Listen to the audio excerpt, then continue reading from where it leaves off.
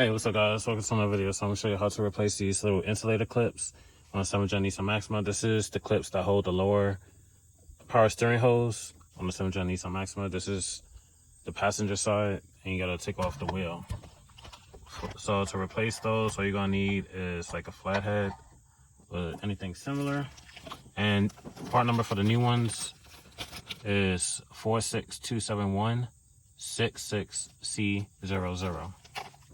So what we're going to do is get underneath it and pop it up.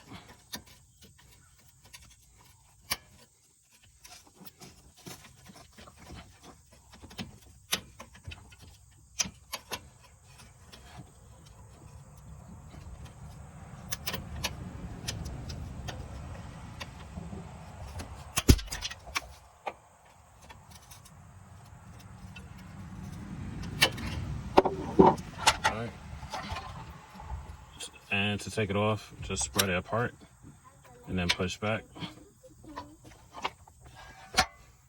Now we're going to get our new ones. We're going to get our new ones and pop it into its holes. So first one there.